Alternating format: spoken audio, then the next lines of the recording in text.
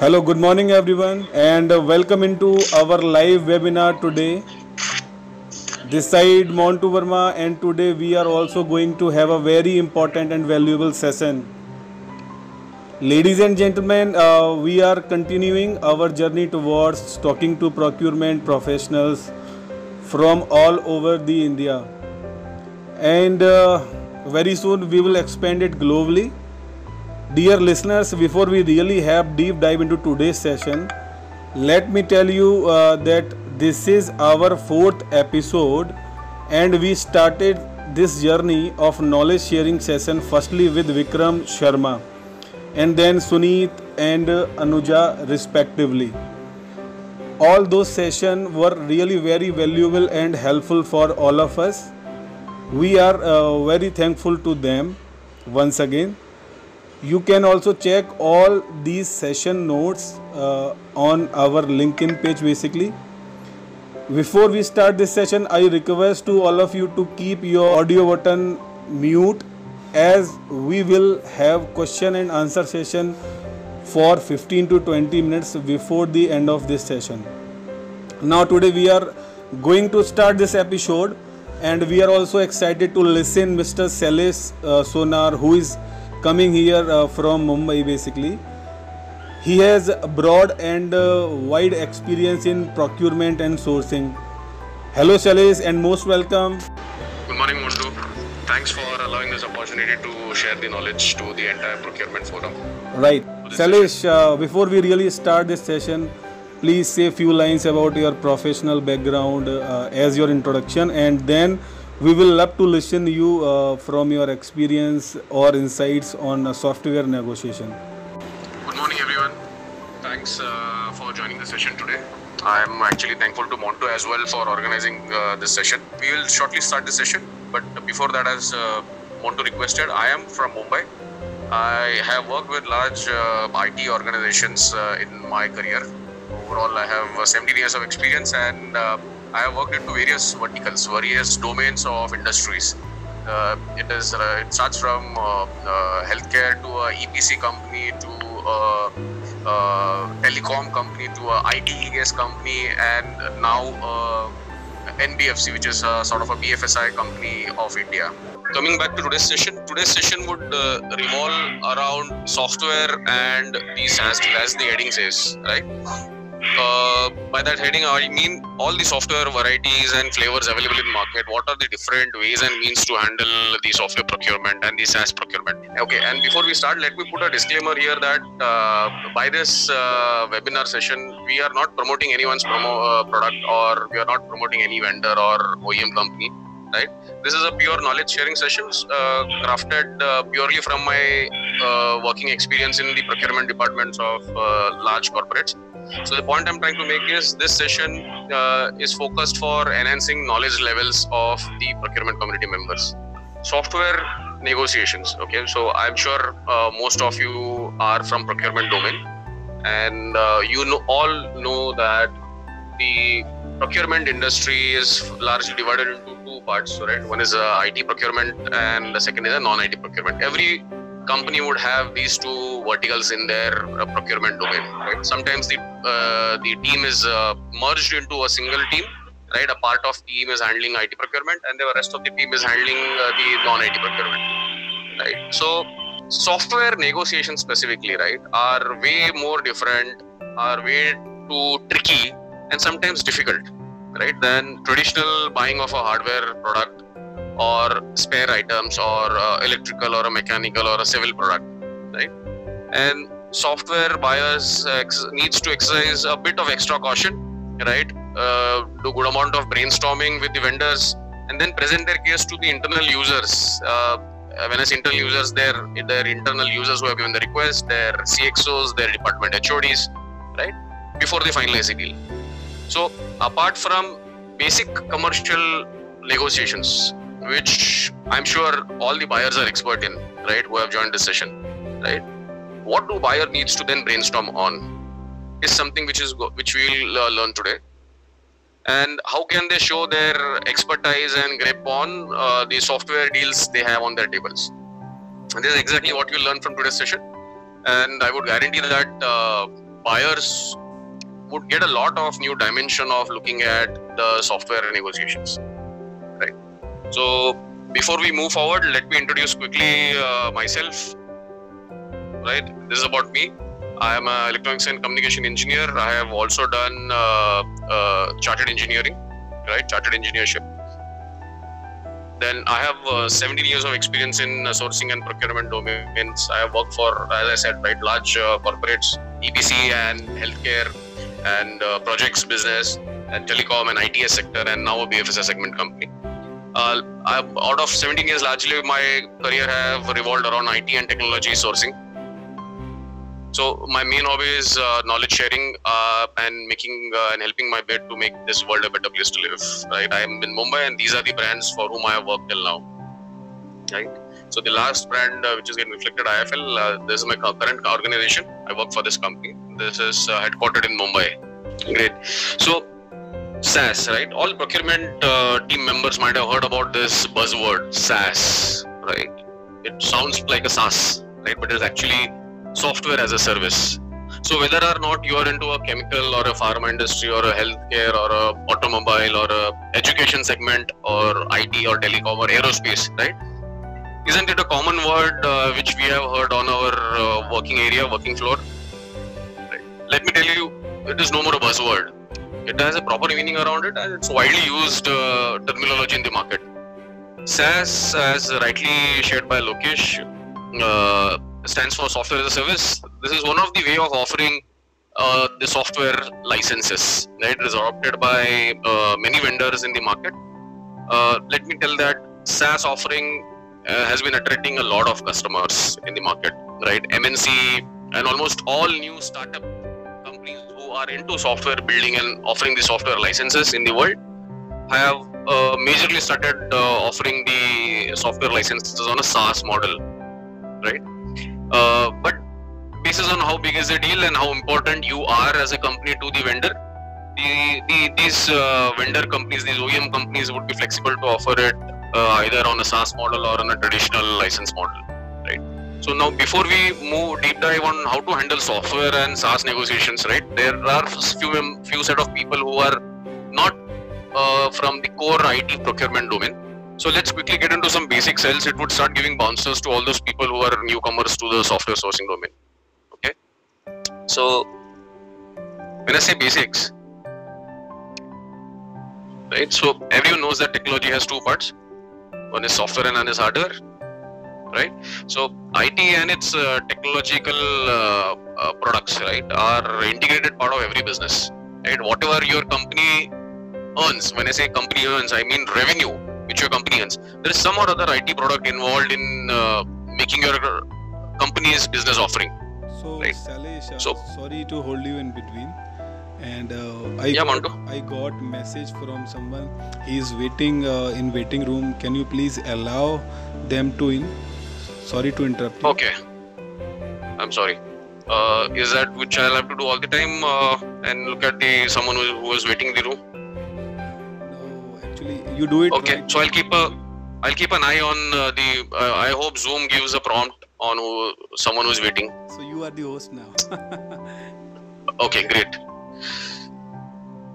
So I welcome the new members who have joined the session.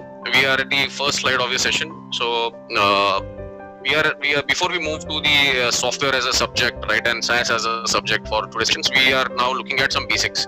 Right, so everyone needs a laptop or a desktop or a tab to work in office, right? Isn't it? They also need a Wi-Fi, obviously, to work, or they would have a LAN connectivity, right? Okay.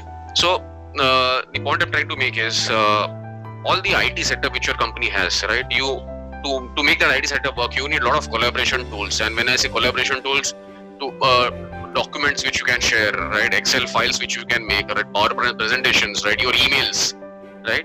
Your ERP solutions on which you work on daily basis, or your CRM solutions. All these are different varieties of softwares which your company use, right? So when I say CRM software, I mean customer relationship management software, which is required for tracking your sales, tracking your quotes which are submitted, right? Follow-ups and getting approvals for different discounts for different customers, and then plan and execute the different marketing campaigns, etc. Right? And when I say ERP, I mean ERP softwares like SAP and Oracle, right? I hope everyone has some sort of CRM, some sort of ERP in their organization, right? So, am I getting too technical? By the way, everyone is in sync till now, right? Everyone understands the language which I'm talking. Yeah, please continue. Great. Yes. Great. So let me take a step back and explain you by software and IT basically what we are, and by taking you through this basics session what I am trying to elaborate, right? Having named the IT environment in and around you as an employee of some other organizations, right? Now it would become somewhat easier for you to map these components, right? Which I'll be explaining next, right? Again, I would start from basics. Each technology components have each technology has two components, hardware and software, right? Software isn't visible and hardware is visible all the time, right? So I'm not going to talk about any specific vendor, or not going to teach you about how to write a software. Rather, I would stick to the context of this session and keep it very, very simple. I'll explain few key things about software and the basics which you should know as a buyer, right? Now, what is software? Software is sometimes embedded on a hardware on which it is supposed to work. So you generally don't see the software component, obviously, but then you would be getting a bill from a vendor which would have a software item separate and hardware item separate on top of it. So sometimes it is embedded on the hardware, right? And sometimes it is given in form of a different components like a CD, or given in the form of a pen drive, or given in the form of a paper license, right? And then that software is to be downloaded and it has to be hosted on different servers. Installed. When I say hosted, it means installed on separate servers. And then it triggers the required hardware as and when the program. Right? Imagine what is software, right? Imagine lakhs and crores of lines, which when saved in a particular format or in a particular language becomes a software. Right? Again, I'm not going to depth of what sort of software is that. I'm just saying that these are a set of lines and codes which are written by people who are generally called as coders and software programmers, right? And these lakhs and crores of lines is nothing but the source code, right? Now keep this word in your mind, right? Because I'll be using this in the subsequent slide. So now you have a lot of lines of softwares which are written in a specific language, which are then saved in a format and a file, and then you get an icon. Now, and everyone understands what is icon, right? Which when double clicked and then executed, it performs a specific task. Okay. So it sometimes software sometimes work in isolation, sometimes get integrated with some other set of hardware or software, right? Sometimes it works in conjunction with some other software of for your company. For that, you need to get into an integration discussion with your vendor, right? As a buying organization. So with that, vendor also, for integration, vendor also then has a lot of libraries, set of libraries. When I say library, not a physical book of library, the software library codes, or sometimes it is also called as an API. Again, set of libraries and API, keep that word in mind. These libraries and APIs are required for integrating the vendor's software to the other third-party products or your in-house environment of IT. Right. So software, as I said, is a multiple lines of programming codes, right? And there are multiple languages like C and Java and Python, and so there are traditional set of languages and there are new generation of languages. And the other screen which I'm showing here is something the format and the text of language looks in this form. Okay. So going to the next slide. Right. So just to get everyone familiar, right, with what the software engineers play all the time on the laptop is something, the software language which I've just shown to you, right? Now let me take you through what has happened in the last decade in the software industry, right? As a buyer, one should understand that how the nature of offering the software, offering in the market has evolved, right? So I spoke about a SaaS at the start of session, right? Now, who can explain what is perpetual? One is a SaaS model and second is a perpetual model. This is the nature of offering of the product in the market. Right. Now let me look at the chat window. Is there someone who can explain me about what is perpetual? Okay. Doesn't expire. Okay. Anyone else who wants to attempt? License valid for 99 years. Okay, it's like a 99 years release. Okay, perpetual is a permanent license. Okay, great, right, great. So thanks for answering, guys. So in a very simple language, perpetual is nothing but something which you will always have in your IT bucket all the time, right?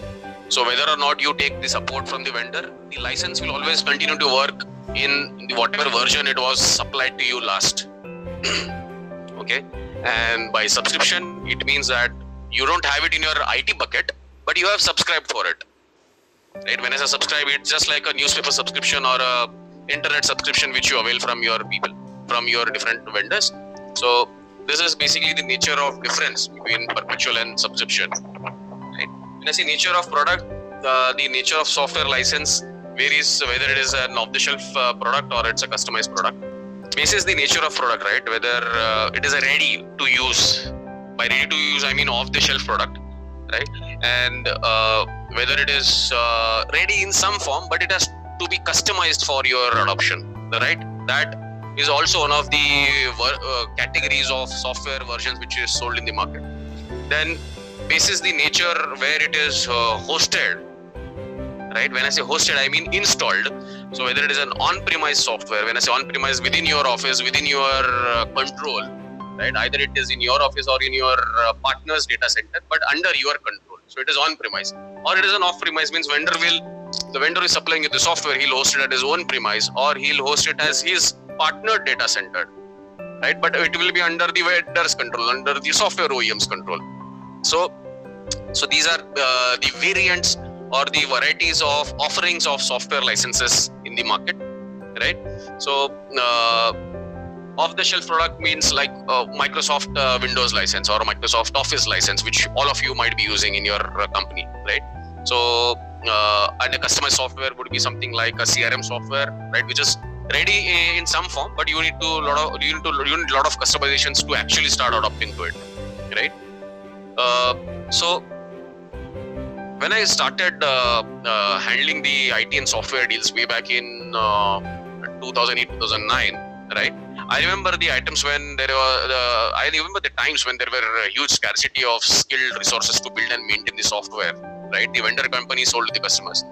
And I look at the situation now, I mean, every building or every society, right, where you stay, right, would have one or two software engineers for sure, right? Someone who works for TCS, someone who works for Wipro, someone who works for Infosys, someone who works for L&T Infotech, right, and all other IT organizations likewise, right? So software companies need to keep the product up to date, right, up to the market standards, right, resolve the software integration bugs, and basis the resource skill sets availability at the vendor end, it decides what support model they are offering. And support model in the IT and software industry is termed as SLA, right? Now guys, again, keep this word in mind. By SLA I mean service level agreement, right? So this keyword also you should keep in mind, because I'll be using this word in my next session, right? It defines the support structure and support mechanism a vendor offers to a customer. Now, please keep this in mind. I would be using this in my next session. So, the software world moved from a scarcity situation to an abundance situation in this decade, right? So, I have drafted the trend in some form for all of you, right? This is my experience and my version of looking at the software, the way software industry has evolved, right? So, if you look at the software graph over here, right? So the blue indicates the perpetual licensing offering model, and the red indicates the SaaS offering model. So the SaaS offering model was also existing in the start of this decade during 2010, but you would see that the companies who were traditionally the perpetual license company, right? They have started offering the SaaS model lately in this decade. And at the mid of this year, you would have seen that there is a lot of traction in the software industry on the way it is offered. So all the buyers need to keep this thing in mind, that SaaS was existing in the market even in the previous decade, but very few people were offering in the SaaS model. People were not believing in the SaaS model, and customers were also not accepting the SaaS model. But lately in this decade, 2010, 2020, the SaaS adoption model has grown big, right? The traditional perpetual license offering companies have also migrated to a SaaS offering model, right? And they offer into dual models. Either you have an option to go into perpetual options, or you can go into a SaaS offering model, right? So the buyers who handle the software offering should keep this in their mind, right? They really need to showcase their value adds to their company from their software buying skills, and their performance would be judged from the software buying skills, right? So this also gives me a story, right? It also makes me recall that software was earlier offered in the form of a CD. When there was a physical movement of the media, when I say media, I mean the CD or a pen drive from one country to other, right? It used to get observed and tracked and assessed in the customs department. So there was a customs duty, right, to a tune of 12%. It was earlier 18% and it was a tune of 12%. And now since the media is hosted most of the time on either on an FTP or on a vendor's website, where you have to just download the license and then ask the vendor and pay the vendor for the license key, and they give you a 16-digit license key, just like your credit card number, right? Or sometimes it's an alphanumeric key or some hash words, right? Basis which you will start using that subscription license. So the point I'm trying to make is this decade also saw the change in the way the software media is getting transferred physically, right? So media, it doesn't travel overseas or cross the border physically. There is no obviously the involvement of customs department, and then customs duty rate got slashed to nil, and this came in favor of the SaaS players, and that was one of the trigger for India specifically to see a drastic decline in the perpetual license adoption. However, there will be still some segment of industry verticals like government verticals or defense vertical or aerospace vertical, right, who would want to continue and adopt the perpetual licensing model because they won't like to have the confidential data or secret data of their company to get saved on some servers outside India, right, or saved on some servers which are not controlled by them. So they would obviously go for a perpetual model, right, due to some regulatory and compliance model, right? So now, as you have looked at the software story, right, for the last decade, right, so you would know that the software as a service become a natural fit for the business intent, right, which says that IT responsibilities and the costs, right, got slashed, and it created a healthy bottom line for various companies. So when software as a service SaaS license deal lands on your desk, and then you as a buyer are told to negotiate the deal, right, how will you show your actual effectiveness? What will you look at? Will you just look at pricing and then payment terms and delivery terms? Yes or no? What will you look at? So after having understood this basics and the way it is getting offered in the market, right, will you just look at pricing and payment terms and delivery terms? This is the traditional procurement language which everyone has, right? So the answer is no, actually, obviously, right?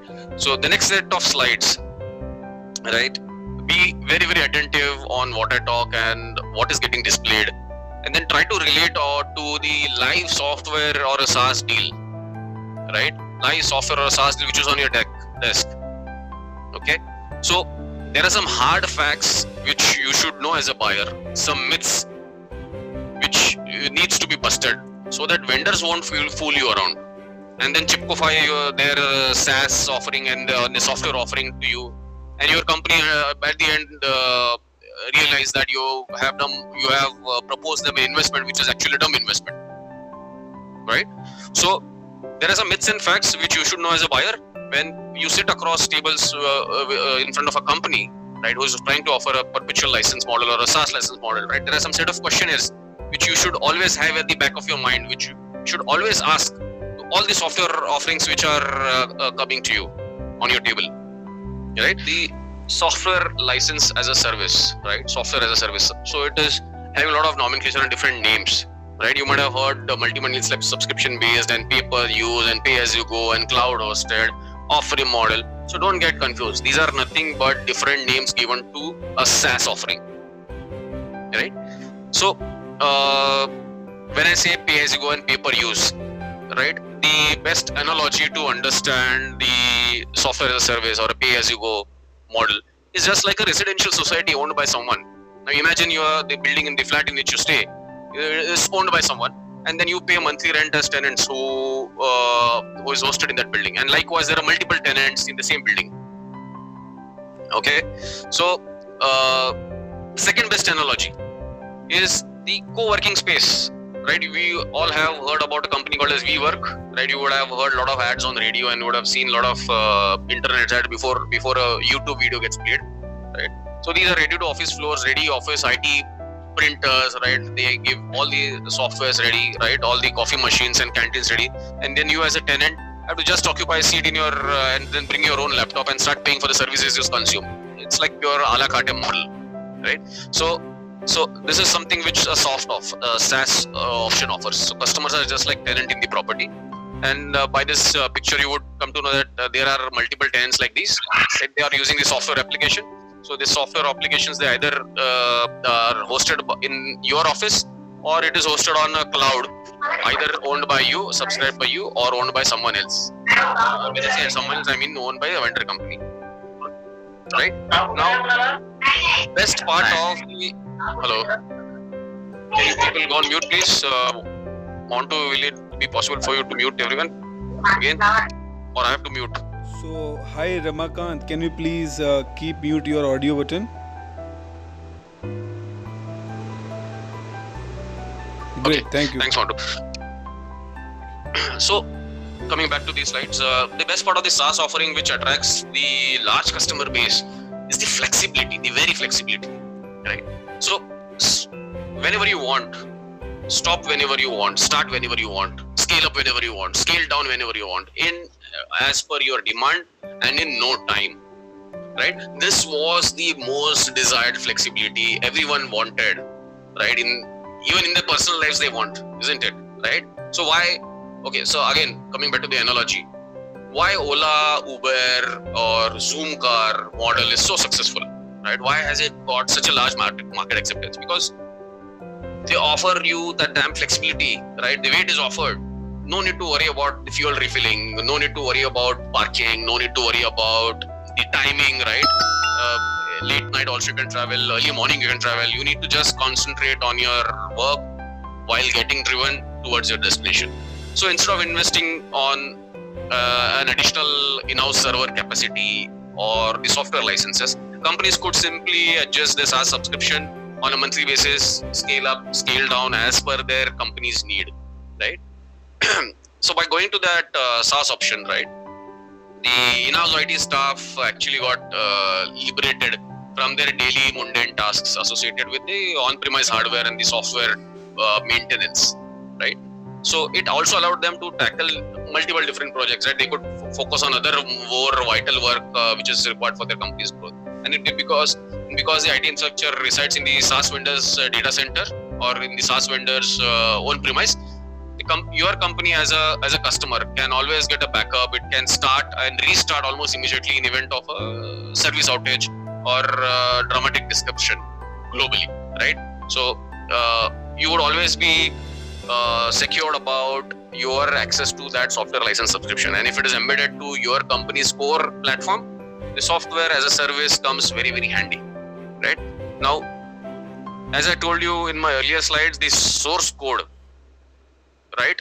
Or sometimes it is also called as IP. When I say IP, the full form of IP is intellectual property.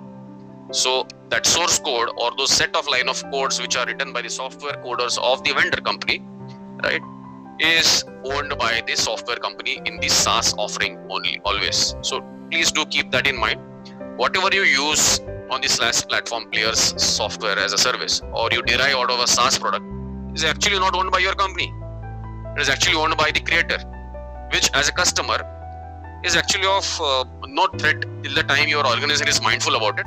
But there are some organizations in India and there are some verticals and industry segments of India who want the source code all the time, right? So for example, large PSUs of India, they would always demand the software's source code and the intellectual property of the software to be transferred to them all the time. Although it won't be of any use, but they always need it. So just in case you are working in some PSU of India, right, you please try to recollect the RFQs and RFPs which you have floated in the market, right? It always would state that software source code is to be transferred by the vendor company to us.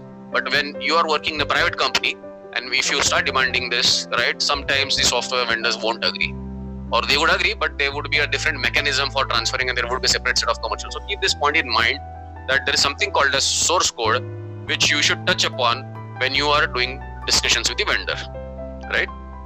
Now, organization, as I said, right, they started loving it, right? They started embracing the SaaS philosophy, right, as it brought down the cost, right? And to be really frank, when I looking at all my 70 years of experience, I feel that on an average 15% the SaaS model brought the pricing down, right, as compared to the rest of the general software perpetual licensing model available in the market, right? So now, this is about the best part of the SaaS offering, right? But however, as you know, world is not perfect, nothing is perfect. Of course, there is always an exception, and SaaS also comes with some myths which needs to be busted, right? Everyone should know this, that there are good things about SaaS offering which will tempt your users, your CFOs and CXOs to go for a SaaS offering.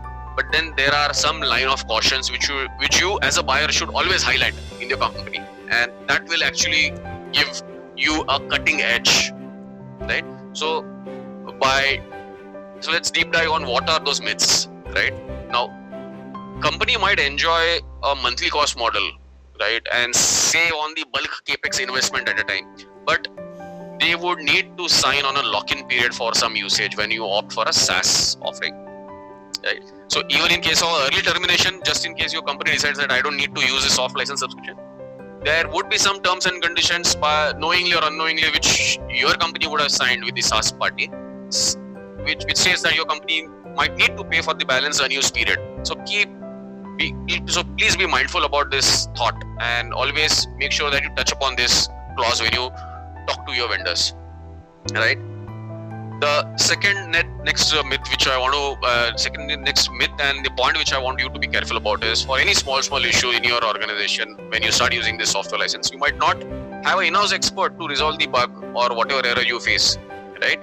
You would always be required to dial up or email the help desk team situated in some country, right, where the vendor is located, right?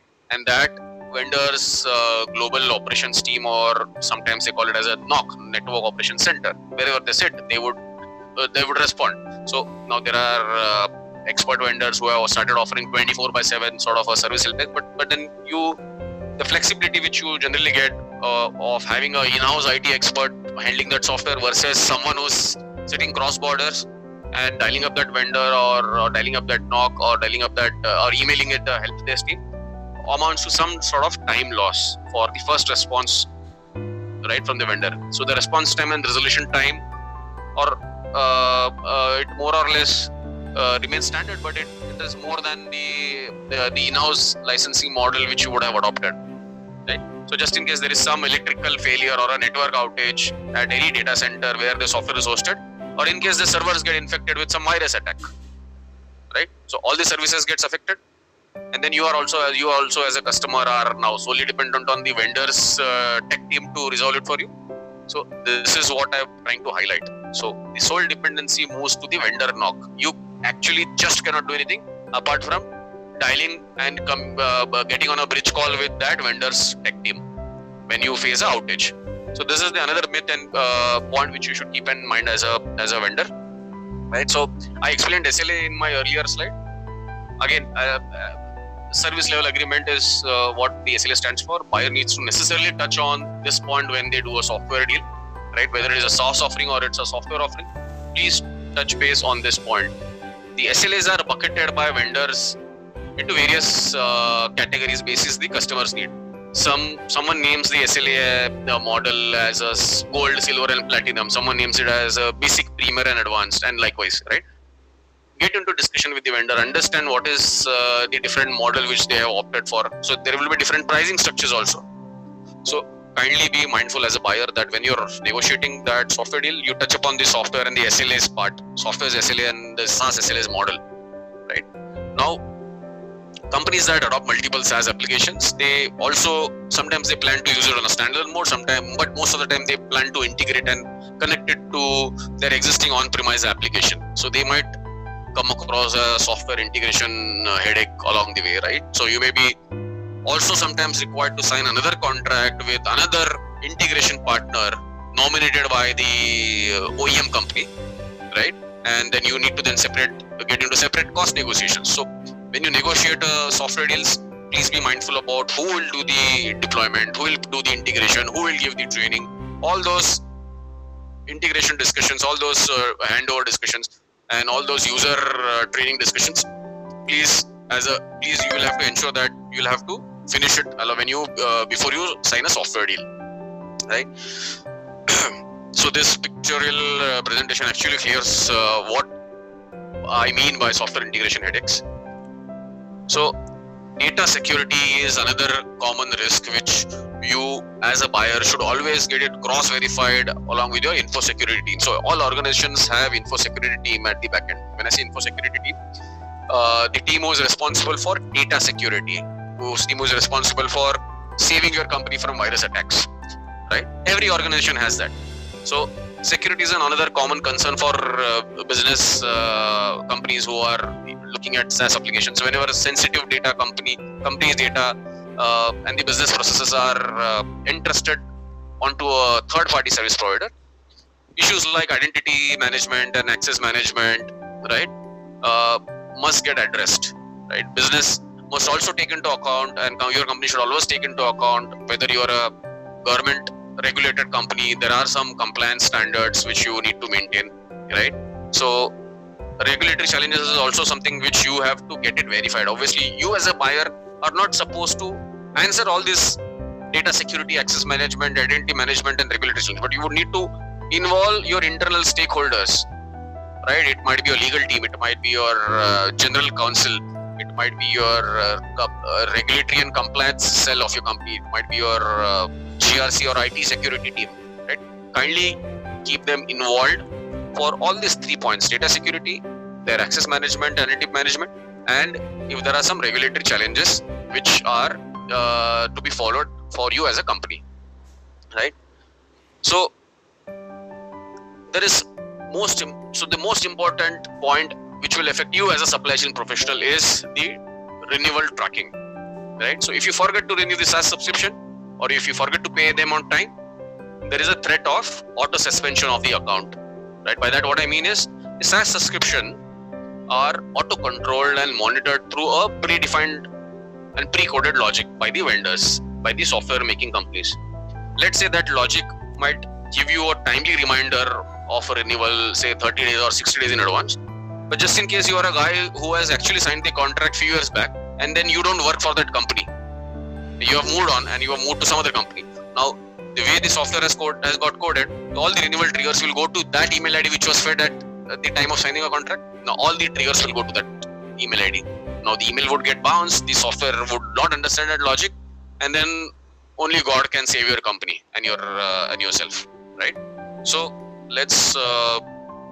That's about the pros and cons of the perpetual as well as the SaaS model, which you should keep in mind as a buyer whenever you sit on a negotiation table. Please do keep these things in mind, right? Let's do a quick time check. Montu, how much time do we have now? So, Salis, we have enough time. You please go ahead. Okay. So, thanks, Montu.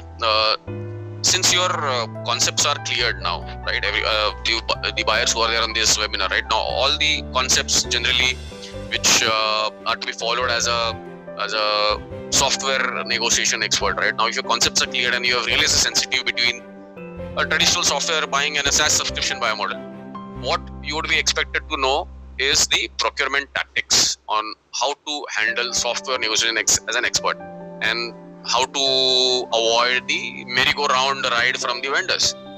I have personally come across so many buyers in my career, right, who are, when given to handle a software deal, they stumble upon so many googlies and yorkers which a software vendors put in front of them, and there are deliberate traps which the software vendors have crafted for a lot of organizations, right? So buyers fall for that trap, right? And then at the end, the company realizes that okay, the buyer has made them do a dumb investment.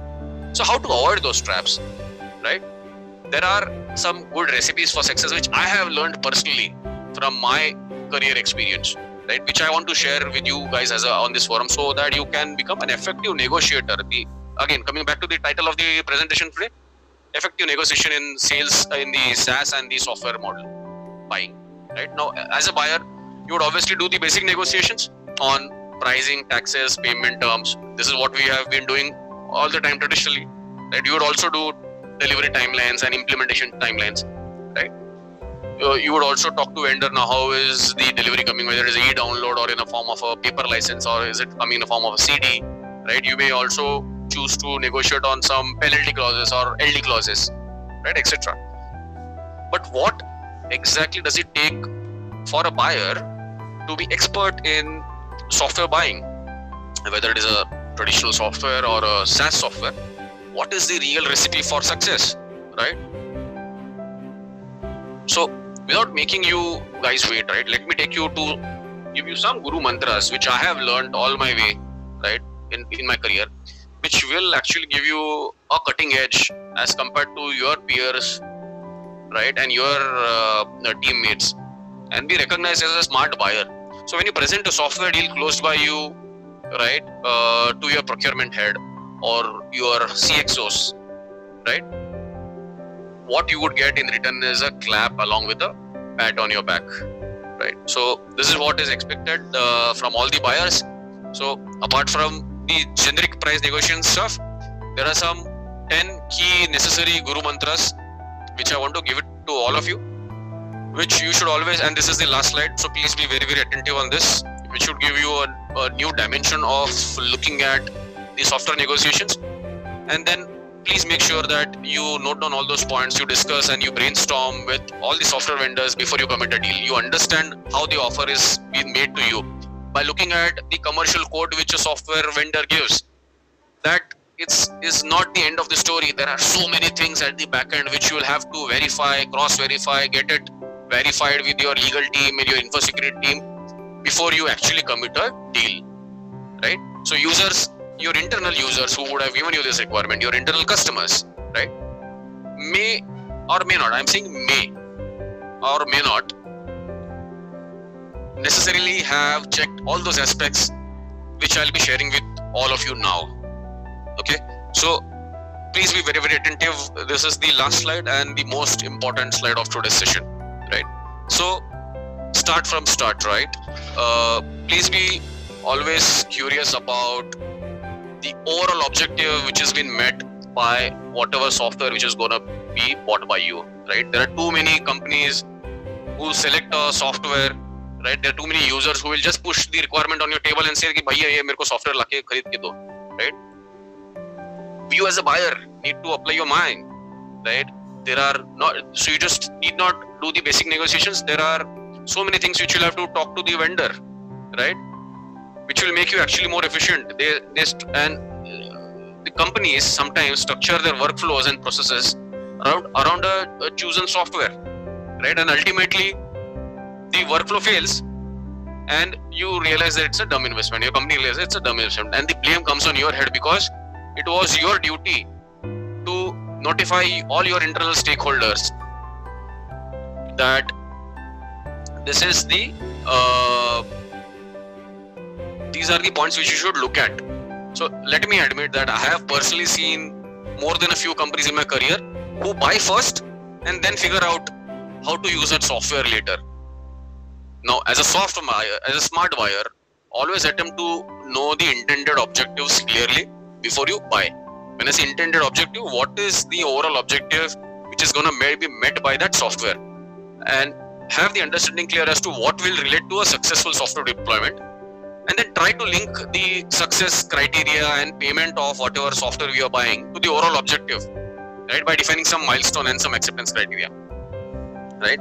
Also understand where this software is gonna get fit, right? This will give you an understanding of your own company's IT landscape. Now, as a smart buyer, right, you just need not do a transactional buying and forget what you have bought, right? You also need to continuously keep on mapping the IT landscape of your organization. Which component is fitting where? As a smart buyer, you should always try to capture this, right? By that exercise, you would also get to know and create your own IT encyclopedia of your organization. So whenever there is a new software deal which comes on your table, whether it is a SaaS license or it's a perpetual license, whether it is on-premise or off-premise, right? A new software deal, you would be able to exactly map where this software company is going to get fitted, right? And then you would also be able to guide the user, right, that there is an existing software which is already available in the company, right? And likewise avoid that expenditure in that case, right? So make sure that you know the objective. But I am not, so as a buyer, right, we are not expected to know all the things in technical details just like an architect or the user, right? But always know which components functions in what form, right? That is enough for building your own IT encyclopedia for your organization, right? Now, if the subject is completely new, right? When I say subject, and I say software subject is completely new for you and your organization, right? Please opt for market research papers, right? The market research papers are available from all the global companies like Gartner and Forrester or IDC. These market research papers are also subscribed in some form, right? So whenever there is a need, you would need to look at the Gartner research or Forrester research or an IDC research. All these companies continuously do an extensive study on diversified fields of softwares and hardwares and manufacturing segment and whatnot, right? You would get a ready vendor references with all their key pros and cons, right? Given by large IT conglomerates or large customers of those companies. And that study will also help you understand who is entrant to that vertical or that software domain, who is a visionary to that software domain, who is a leader in that software domain. So all these research papers are very, very powerful and helps you guide whether your decision making or the vendors whom you have considered for evaluation, are you in the right track or not? It will help you guide in that, right? So when you also negotiate, right, please do understand and talk to the vendor on whether it is a on-premise offering or it's a cloud.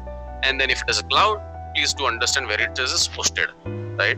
Every organization is worried about where their data will go, right? Where their users will start, when they start accessing that software in some form, where that actually will get routed, in which country it will get routed.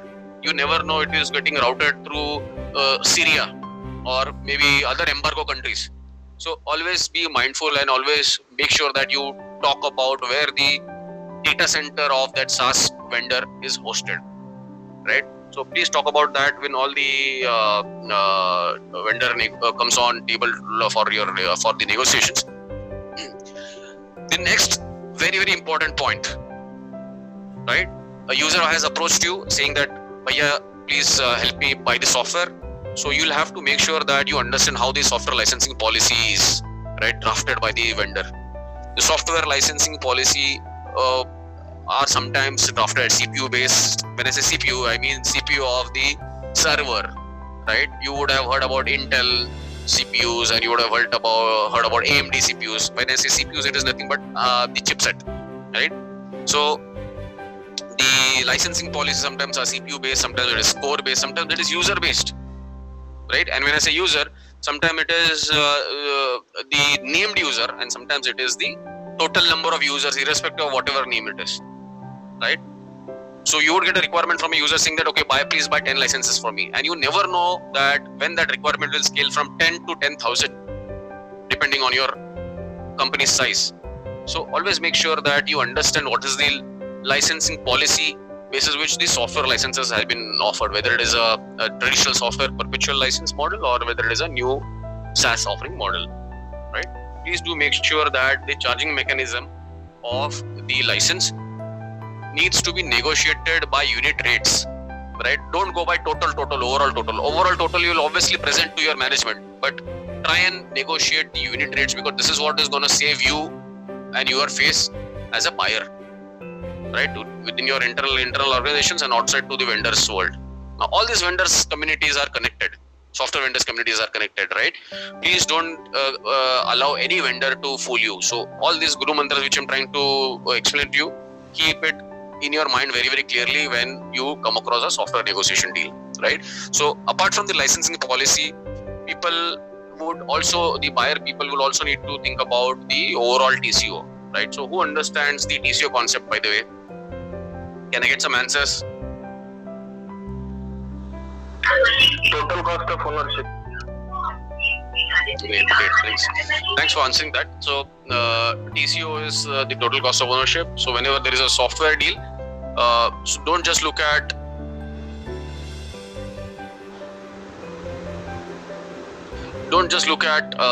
the license and its AMC, right?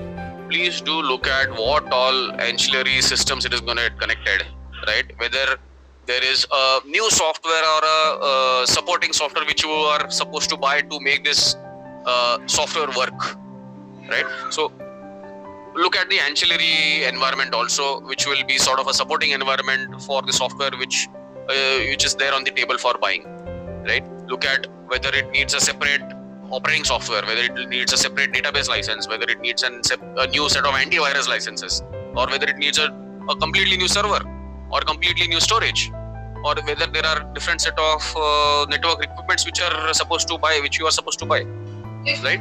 So you need to mandatorily document all these things when you do a TCO calculation of vendor 1 versus vendor 2 versus vendor 3, right? And then present it to your internal management, right? So I have created various TCO templates for different varieties of deal in my career.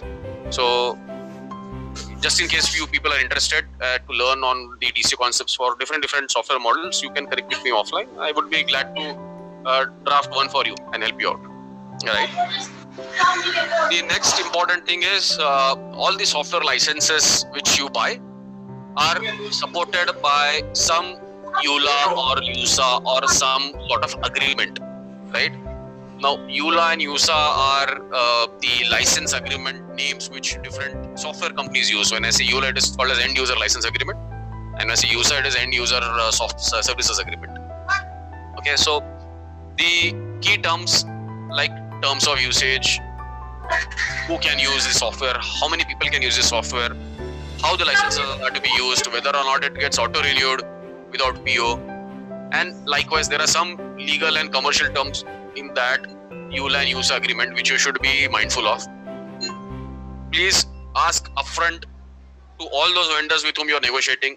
If they don't come to you saying that okay, there is some agreement which you need to sign before you actually start using, if they don't come upfront, as a buyer you need to ask, are there any EULA and USA formats which your company would ask us to sign when we actually start using the software, right?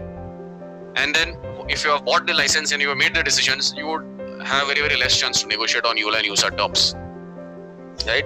So always ask it in advance. Now, there are some new generation companies who are now gone one step forward. Now they ask you to click or tick on some terms and condition page before you actually start using. So when you click and tick mark and then you click on submit button, right, there are some set of terms and conditions which you would need to glance through. So you will, as a buyer or as a user, what you will do, right? You will just scroll from top to bottom quickly in a second, and then you will click on submit button or I accept sort of terms and conditions. There are legal terms and conditions which are automatically binded to your company when you start using the software licenses. Make sure that you ask explicitly to all your software vendors before you negotiate. Are there any EULA user terms? Is there an agreement? Is there a click wrap or a shrink wrap agreement which you would ask us to tick mark or click mark and click on I accept button before we actually start using, right? Talk on all those points, and once you get all the documents, whether if in case it has legal terms and conditions, you need to go to legal team. If it has some info security related points, you need to go to info security and your GRC team. Make sure that all the companies are aware about what liabilities ultimately you are going to sign for your organization, right? Just by closing the deal and doing the negotiations, the work is not done. Please be mindful about all these concepts. Vendors generally fool around all the companies in the world on this concept. If you are into manufacturing segment, if you don't have a full-fledged IT procurement team or an IT buyer, right, a dedicated IT buyer, take it in writing from me, your company has already got fooled by such kind of click wrap or shrink wrap or EULA user terms, which you have signed knowingly or unknowingly, right, with a vendor company, right? So if you already signed, please make sure that you go back to them, call for all those EULA user terms which you have signed, right, and check whether there are liabilities which you have already started owning, right? So the most important point is you also need to check whether the software is capable of running on a standalone mode or will it need some supporting software or hardware to function. Understand what is that configuration of those hardware and softwares which you need to buy separately apart from buying the software license or the SaaS subscription, right? Sorry to interrupt. Can I ask a question meanwhile? Yep, go ahead, Bino. So since you said that we should always, question vendor about the EULA and USA. So as a buyer, we will only be responsible for commercial part. So anything apart from that should be a legal questions which, we should ask the vendor before signing the EULA. As a commercial term, we can always negotiate with them and, later we can get the change note signed. So I simply don't able to understand what kind of question we can, apart from commercial, we can ask vendor. Okay. And we have already signed the EULA. Great question. Now, may I know which, I'm not asking organization name, but which industry vertical do you represent? Your company is into IT. pharma or? IT procurement. But are you into pharma? So what is your company's core portfolio? Is it pharma or is it manufacturing or something? So, no, we do client-based procurement. So we have around like 400 clients. So it is an IT and ITS company, is it? Yes. Okay, understood. But you are not a PSU, or are you a PSU? No. Okay, so a nice and valid question. Most of the organizations in India specifically are plagued with such kind of problems, right? Buyers are supposed to only talk about rates and commercial terms and conditions, but please be mindful about a thought that IT buying and non-IT buying is completely different, right? And especially software buying, it comes with all the different kinds of liabilities for your organization, right? Although you would not discuss about all the end-to-end terms in the EULA document or the user document or the agreement terms, right? So you would be necessarily required to ask whether there is something which you would sign unknowingly before you start using the software, right? Or is there some document which will go to the user team? Now you as a buyer are a part of procurement team. Now there would be some different legal team, there would be some different user team who would actually start using the document, start signing the document. They may or may not get it verified, and the users may unknowingly, right, in all their innocence, right, sign up for their terms and conditions and ultimately get the go under the obligations. So the best part of the software buying is you as a buyer needs to take one step forward and ask for all those types of documents which you are supposed to sign, which you are supposed to tick and click, right, on the software page, which would make your company oblige for different kinds of terms and conditions. Now, if you don't do that, and if you work as a traditional buyer, right, you just go to commercial negotiation table and you just get involved on commercial negotiations, right? There are chances that vendor will get it signed directly from your users, right? There are chances that he might ask your actual user, maybe he's a programmer, or maybe he is a coder, or maybe he is someone who is into finance department or someone who is into HR department. They may not realize the importance of the terms and conditions and what obligations your company is signing through that EULA user document, right?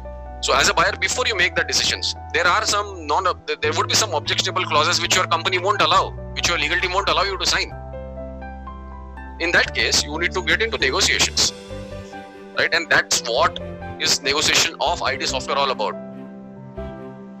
There are negotiations on the EULA user document also, right? There are exceptions which you can get from the vendor organizations, whether it is an MNC, whether it is a Indian company, whether it is an off-the-shelf product or it's a customized software product. You can demand exceptions depending on how valuable you are to that vendor organization. You are, in the sense, your company is into that vendor organization. But you as a buyer are supposed to touch base on all these points before you say done, before you shake hands with the vendor. Right? So I hope that answers your questions. Yes, thank you. Okay, great. So the next set of questions from everyone we'll take at the end of the slide, and we'll end the session in next 15 minutes. So buyer needs to be also extra careful about when they get quotes from the vendor. A small line or a small star mark, it just says support extra. Where comes with only 90 days warranty generally, right? Sometimes you can negotiate for an extra warranty, but the shelf products generally comes with 90 days warranty for all sorts of so for all sorts of support which your company needs, or which your IT team needs, or your user team needs, you would be required to avail some support pack from the vendor, right? And as I explained earlier in my slides, there are SLA packs which are offered by various vendor organizations in different varieties, whether it can be basic, advanced, or a premier, a gold, or a silver, or a platinum, right? Different kinds of support packs which the vendor sells for an ongoing support model for whatever bugs you come across, whatever integration challenges you come across, whatever errors you face while using the software. Just in case you if you have not subscribed for a support pack, they may simply not answer the call, or they might answer few calls in good faith or in goodwill, but they may not entertain the rest of your users' call. So make sure you negotiate and understand the SLA model really well. You take the SLA varieties and SLA options available from the vendor document. Sit with your user teams and finally opt for the SLA model and negotiate the SLA model along with the software license which you are buying. Right? This is the most important point which you should also look at. The last point of this deck and this session is, but last but not the least, right? Check on the lock-in terms, right? By signing on some SaaS and some subscription, are you knowingly or unknowingly making some commitment for your organizations, right? For auto renewals, right? So whether or not you sign a PO or you give them a PO, things will auto renew and you will be just be given an invoice, right? So make sure that you check with all the vendors before you sign whether it is auto renewed or will you give me some trigger. If you give trigger, will you need a individual email ID, or can you pass it on to 10 different email IDs, or maybe a distribution list email ID, right? Just in case either of them are not available in the organization, the rest of them can get the triggers and then start discussion on the alerts. So apart from manual tracking, right, you would also need automated triggers from the vendor organization, right? So whenever the license comes into an expiry zone of 30 days and 60 days, you would get alerts and you would need to renew on time, right? So the lock-in term is something which you need to check and get a commitment from all your users before you start engaging into deal, right? Now there are vendors who have also started offering without lock-in terms, right? But then the pricing levels are much higher than the regular lock-in terms prices, right? So please be mindful about how do you want to structure a deal, right? And through all these Guru Mantras, how do you want to present it internally to your management after you negotiate with the vendor, right? Now, all these points, when you brainstorm and negotiate with the vendor, there is no chance that vendor will make you agree on anything which is not discussed, right?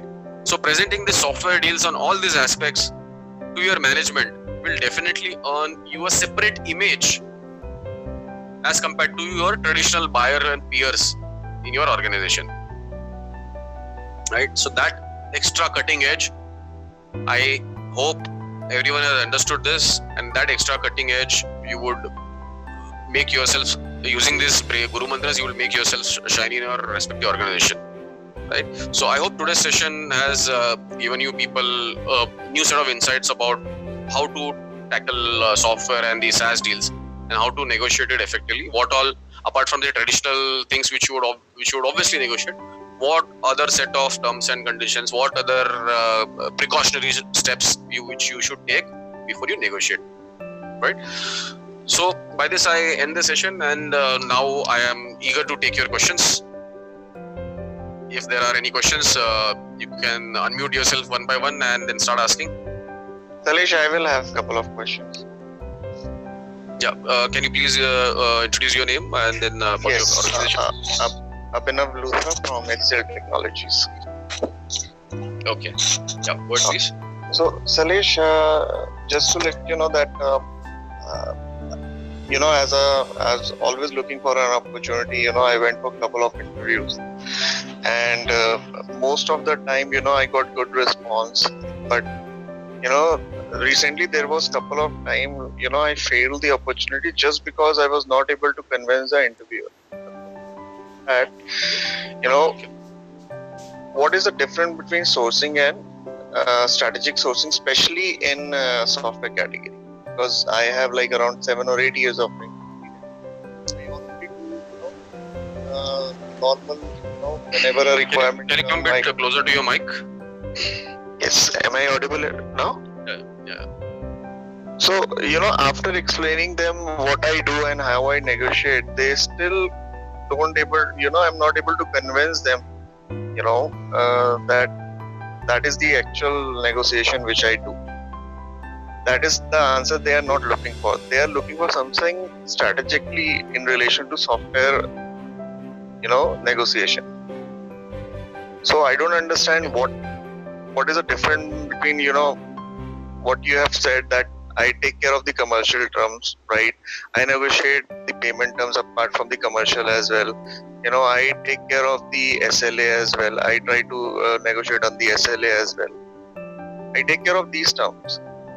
But in the end, they are somehow not convinced. I don't know what kind of answer they are looking for.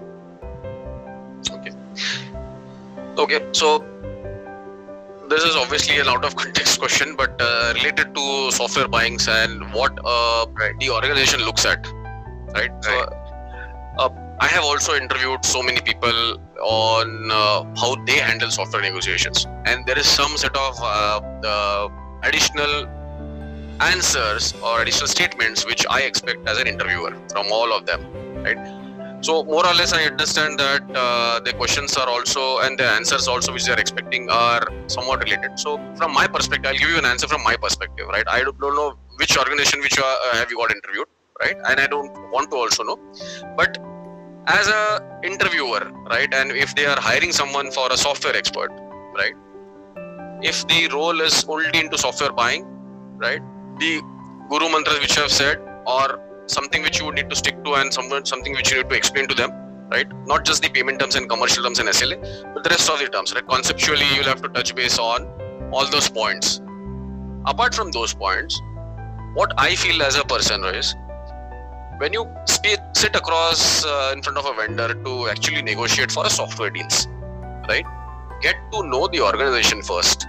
When I say get to know the organization, I don't just mean know the directors and know the promoters and know the company financial health status, right?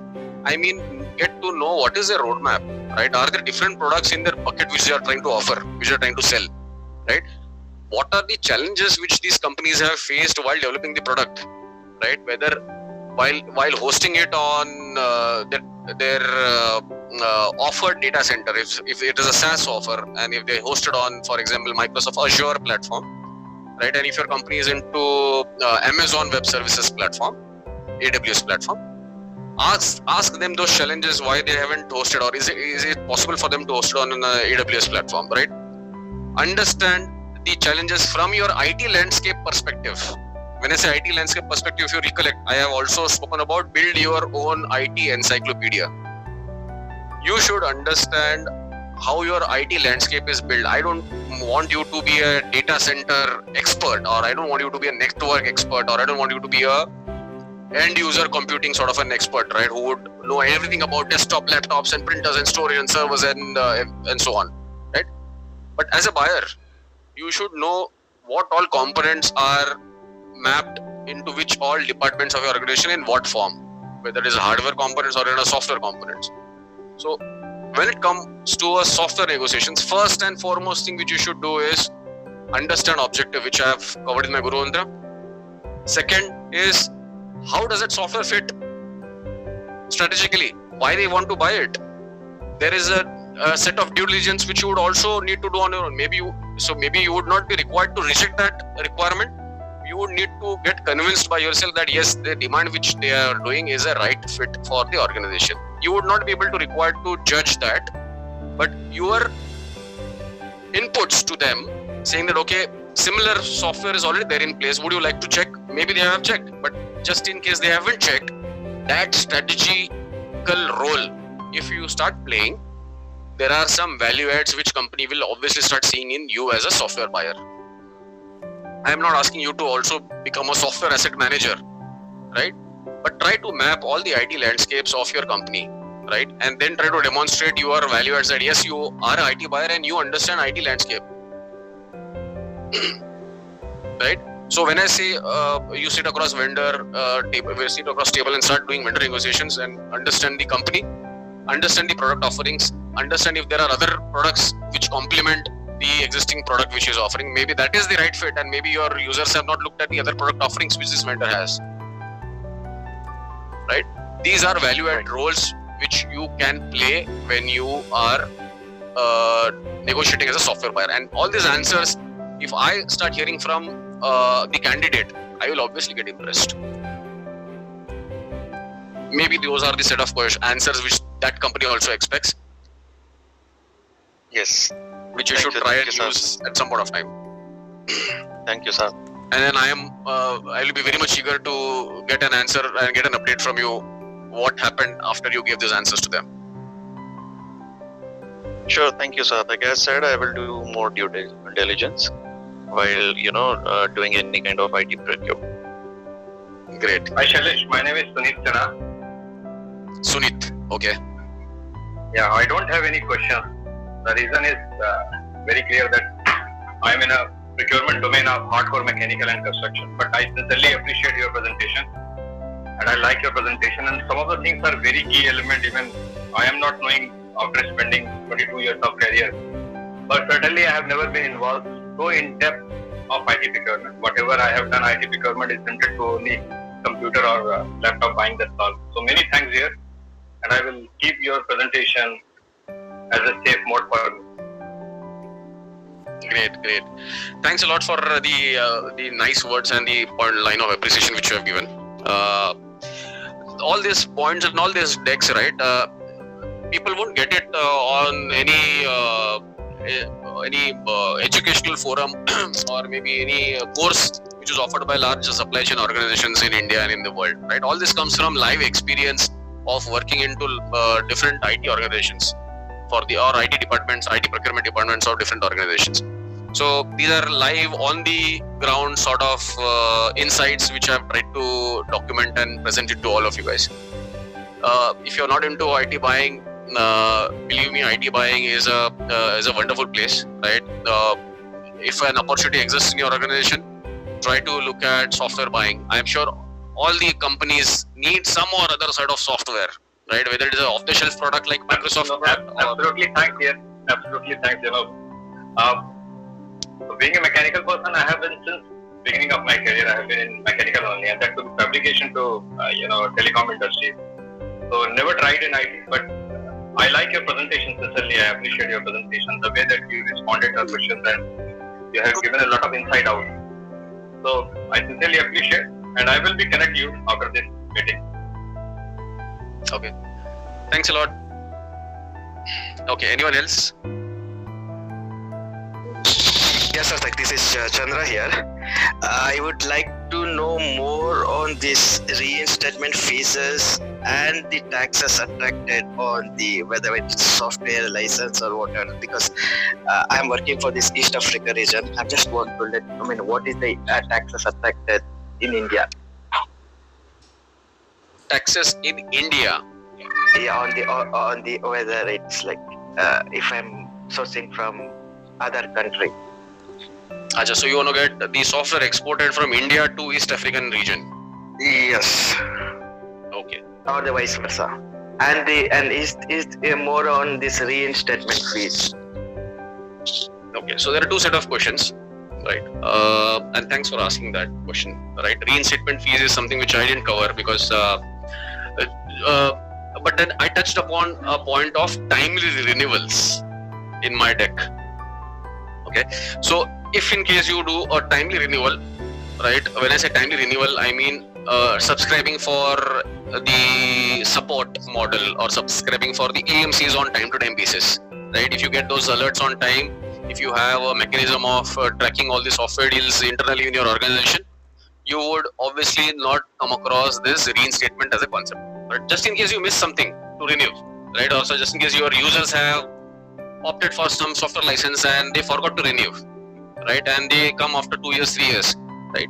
So this delta period where they were not using the AMC support of the organization, right? There is a support charge along with some penalty which is charged by the software organization, right? Sometimes you can negotiate for the penalty to get waived. Sometimes you can negotiate for the entire reinstatement fees to get waived based on your negotiation skills, right? So it and can how be done, right? We can renegotiate or at least like asking like discount in that charges. We can do it. It's not mandatory. Once reinstatement is charged, we have to pay. So Chandra, you are from procurement department, right? Yes, sir. Of course. Please keep one thing hard-coded in your mind that buyers need to ask. They should not be ashamed of asking anything, right? They should be the most boldest person front-ending all the third-party discussions, whether you're into IT buying or you're into non-IT buying, right? Don't be ashamed of asking anything to vendor, right? It is their duty to communicate on all the aspects of your questions. There is a duty to answer on all your questions, right? So never be ashamed of asking on discounts specifically, right? Irrespective of the value of deal, right? And irrespective of what emergency you have. So just in case your user has come to you saying that, okay, I forgot to renew it for last 2 years. Now please please help me renew this. And now vendor suddenly comes up and says that now you need to pay X dollars or X $million of reinstatement fees for your organization, right? And you are left with less time, right? You can still negotiate. You can still negotiate with the vendor saying that, okay, now are there any chances? You can get on a call, you can start negotiating with the vendor and get to know the organization, right? It can be maybe half an hour call or a 1 hour call. Maybe have your boss also involved in the negotiation, right? Try to get the fees. Sometimes it may get waived. Sometimes you may get some discounts on the reinstatement fees. Sometimes it may be sort of a combination of increment in the existing renewal price plus a portion of your reinstatement fees. So there are different combinations of deals which you might come across when you negotiate on reinstatement fees, right? But please be don't ashamed of asking any discounting to any partner. That is the core thing which a buyer should always keep it in mind. Yeah, thank you. Right? So, Shailesh, I have a question. Yeah, can you please introduce? So, my name is Montu Verma, Shailesh. Oh, okay, it was Montu. As you mentioned, yeah, Montu, go ahead, please. As you mentioned, being a procurement expert, we should not ashamed of asking any question. So, I am not sure that my question will be right or wrong. What I want to ask you. So there is no right or wrong in asking questions. Yeah, go ahead, please, Montu. So many software companies like Google or Microsoft have their monopoly, right? So how to negotiate the subscription fees or amount, or how we can benchmark them? Exactly. Again, this is Chandra here because we deal with vBlock, VMware. So the thing is, the fees. I mean, the code what they give is like. It will be, we can't even we start negotiation also, they'll say, no boss, this has already been concluded. We are supposed to pay those fees and get subscribed. So what do you want to comment on this, Mr. Sarthak? Okay, so Sarthak is my son's name. He actually uses the Zoom subscription for his educational purposes, and I didn't want to use my official ID, so I have joined. So my name is Shailesh Sonar, by the way. Sorry, Shailesh. Yeah. Okay. Okay. So now this question revolves around negotiating with the IT giants of the software industry. Okay. Now, negotiating with the software companies, whether or not they are a large IT organization or whether they are a smaller IT or a startup company, right? Now, everyone is offering the prices to a lot of different customers. So, first and foremost thing is build your network. When I say network, build your connects in the procurement domain, and that's why please be thankful to Montu to create this sort of group, right? This group is giving a lot of insights on a lot of different commodities which companies and the buyers are sourcing. Now, IT is no exception, right? Software is required almost for all the companies. Every company has their own IT department. All of them need software, whether it is from Google or Microsoft or from VMware, right, or from Cisco, right? All the large IT companies, all these companies offer software and their component. So please try to build network. Ask your queries on the post. There are a lot of expert people on the group who are in and out sort of buying these components and commodities. Connect with them and get references. So network and references is something which you need to build smartly on your own, right? That can act as your point of reference, saying that these are the benchmark prices, and then you can negotiate using. You may not name the company or name the person while you negotiate from where you got the reference, but you can always make use of that information as a reference while you negotiate, right? And almost all the industry, this is done in almost all the industry and all the procurement vertical, whether it is an IT procurement or it is a non-IT procurement. Someone who just stated that they buy mechanical equipments, right? There might be some set of standard motors or some set of standard electrical fittings, right? Which their peer company also buys, right? Their competition company also buys. Just in case he has developed some rapport with other procurement members, they can be connected offline on some forum. Get to know what are the market benchmarks, get to know what are the references which are existing in market offline, and don't quote again, right? You can also get a lot of insights through Gartner forums. When I say Gartner forums, I also touched upon a point of the market research papers which are there, right? Some papers are freely available and some papers you need to subscribe for, right? If the deal value is pretty large, please get onto that subscription of Gartner or Forrester or IDC. Get to know where do you stand at this point of time versus the market benchmarks, right? And the last point of giving you a reference point of how the software deals with to be negotiated with the large organizations. So please understand, all these large organizations have different pricing policies for different set of verticals, right? When I say verticals, their pricing policy for BFSI might completely be different than compared to educational institutes, or it completely may be different for a government organization, or it may be completely different for a manufacturing or a telecom sort of a company, right? Try to look at all the different pricing models available. Talk to different partners of those OEMs, right? Try to build relationship, try to build a rapport with those sales people of different partners. Get to know additional insights. All these points, right, will help you build your negotiation strategy and your negotiation story, which you want to put forward to Google and Microsoft and all those companies. Now, there are a lot of free content also available online, which you need to smartly surf across different portals, right, where you can get the list prices also of these components. Now, everyone has a list price. Google also has a list price, by the way. Microsoft also has a list price. Someone named VMware also has a list price, right?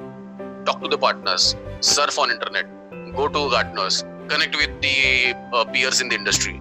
All these are reference points for you to check how market is playing, right? Vendors may try to give you a bundle deal. Vendors may try to put their foot down saying that this is the best price. But just in case you have a logical story to strategically negotiate that software deal, irrespective of whatever vendor type it is, right? Whether it is a Microsoft of the world or it is a smaller startup organization of India, right? You will have to feed some strategic story to the vendor. Only then you will be able to negotiate effectively. So try to gain all the references before you actually start getting into active negotiation story with the vendor, especially the large IT vendors community of India. I hope you have answered both of your answers, Montu and Bala. Chandra? Yes. Very nicely. And a small request again. I'm sorry. Small request, Mr. Montu and Mr. Shailesh. It was wonderful. I mean, the session was very lot of information come up. But if next session it would be on IT hardware like servers, rack servers, or water storage, it would be very much. I'm just such a request. Montu and Mr. Shailesh. Yep, it completely depends on how many requests are coming to Montu and me for such kind of forums, right? Obviously, one-on-one guidance and mentoring can always happen on phone. Sure, right? Shailesh. But then Montu would need to look at how many requests are coming to him for such kind of sessions. Sure. I will take care. And Shailesh, it was really powerful insights from your side, and time really flies. And now we are going to very close today to end of this session. And it has been a really great and valuable session for all of us. And before we really say goodbye to you, my request to Shailesh to share your coordinates with me. So I will post this session's recording on YouTube and on LinkedIn page. Anybody can ask any question directly or indirectly with Shailesh. So thank you so much, Shailesh, for your precious time, and thank you everybody for being with us today. Thanks a lot, and I really appreciate all the people's time on a weekend for this knowledge sharing. Thank you, everyone. Thank you. Bye. Thank you. Bye-bye. Bye-bye.